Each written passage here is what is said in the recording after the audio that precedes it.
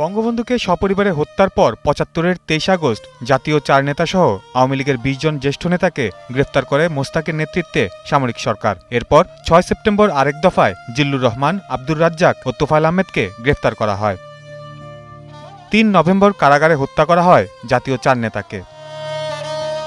১৯৭৬ সালে রাষ্ট্রপতি পদে আসীন বিচারপতি সায়েম, ক্ষমতার কলকাঠি জেনারেল জিয়ার হাতে। রাষ্ট্র চলছে সামরিক আইনে, জারি হয় রাজনৈতিক দলবিধি, পুনর্জীবিত হয় আওয়ামী লীগ। দলের সভাপতি এইচ.এম. কামরুজ্জামান কারাগারে নিহত এবং সাধারণ সম্পাদক জিল্লুর রহমান কারাবন্দী থাকায় সহসভাপতি মহিউদ্দিন আহমদকে ভারপ্রাপ্ত সভাপতি এবং মহিলা বিষয়ক সম্পাদিকা সৈয়দা সাজেদা চৌধুরীকে ভারপ্রাপ্ত সাধারণ সম্পাদক মনোনীত করা হয় বর্ধিত সভায়।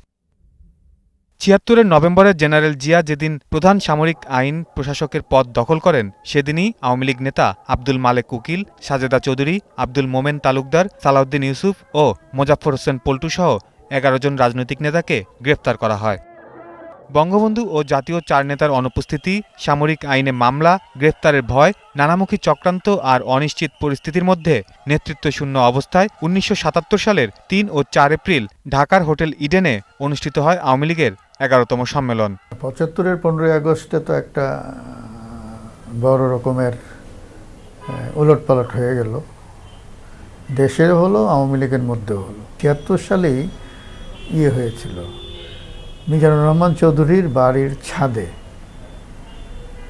মিজান চৌধুরী এবং মোল্লা জালাল উদ্দিন, এই দুইজন জয়েন্ট কনভেনার, তখন আওয়ামী লীগকে আবার রিভাইভ করা হয়। একদিকে নেতৃত্বের শূন্যতা, আরেকদিকে দলের ভেতরকার দ্বন্দ্ব।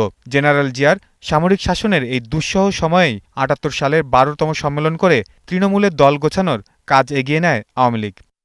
দলের নেতৃত্ব নিয়ে দ্বন্দ্বের মধ্যেই ১৯৮১ সালের ১৩তম সম্মেলনে বিদেশে অবস্থানরত শেখ হাসিনাকে সভাপতি নির্বাচিত করা হয়। গঠনতন্ত্র সংশোধন করে প্রথমবারের মতো সভাপতিমণ্ডলী গঠন করা হয়। কারা সপক্ষে ছিল, বিপক্ষে ছিল, মঞ্চে দাঁড়ায় কী বলছিল, সাধারণ মানুষের মধ্যে কী বলা হয়েছিল, অস্ত্র নিয়ে এসে কীভাবে ভয় দেখানো হয়েছিল যে শেখ হাসিনাকে রেজলিউশন করে যদি চেয়ারম্যান করা হয় তাই রক্তগঙ্গা বয়ে যাবে।